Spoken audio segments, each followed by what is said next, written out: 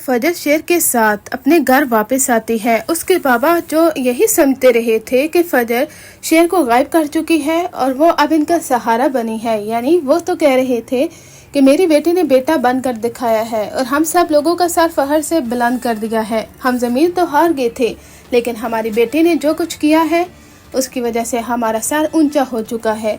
लेकिन ड्रामे में ट्विस्ट उस वक्त आता है जब फजर शेर के साथ उनकी दहलीज पर कदम रखती है। उसके बाबा शेर को अपनी आंखों के सामने इस तरह जिंदा सलामत देखकर दंग रह जाते हैं और वो फजर से कहते हैं कि वहाँ पर ही रुक जाओ।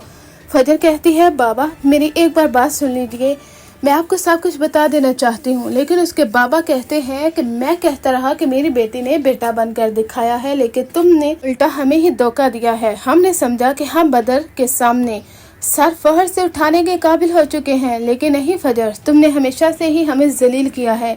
जब शादी वाले दिन भाग कर गई थी उसने जलील किया था, अब दोबारा से जलील किया है, क्योंकि हमारा दुश्मन हमारे ही हाथ में था। हम उसकी जान ले सकते थे, लेकिन नहीं, तुमने ऐसा नहीं किया फजर। ये क्या किया तुमने? यहाँ से दफा हो जाओ और तुम्हारी इस घर में अब कोई जगह नहीं है। फजर बहुत ज्यादा रोती है। वो कहती है, बाबा मुझे माफ कर दे, मैंने कुछ गलत नहीं किया। एज अ डॉक्टर ये मेरा फर्ज था कि एक पेशेंट की जान बचाऊं।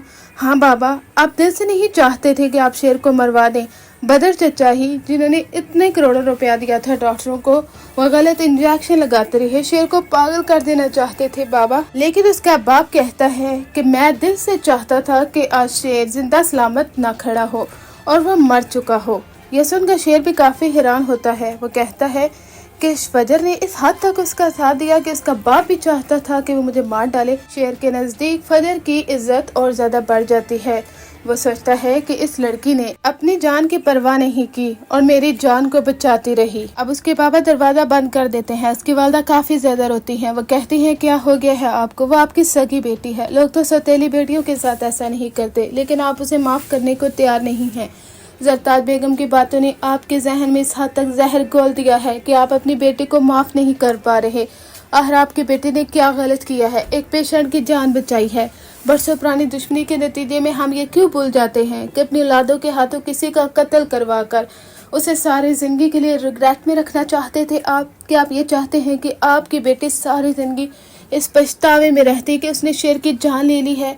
आपको हकीकत क्यों नजर नहीं आ रही? लेकिन उसके बाबा दरवाजा बंद कर देते हैं। शेर फजर को लेकर गाड़ी में बैठता है और वहाँ पर भी फजर काफी ज्यादा रोती है और गाड़ी से भी पुकार रही होती है कि बाबा मुझे माफ कर दें। लेकिन उसका बाप वो बिल्कुल डीठ बन जाता है और माफ करने को तैयार नहीं है, सिर्फ इसलिए कि वो जमीन हार चुका है। अपने बाप दादा की इज्जत का बरम रखने के लिए वो अपनी बेटी के हाथों कत्ल करवाना चाहता था, लेकिन उसकी बेटी ने ऐसा नहीं किया और शेर को इस चीज ने हद तक इम्प्रेस किया है कि आगे जाकर वो इससे शादी भी करेगा।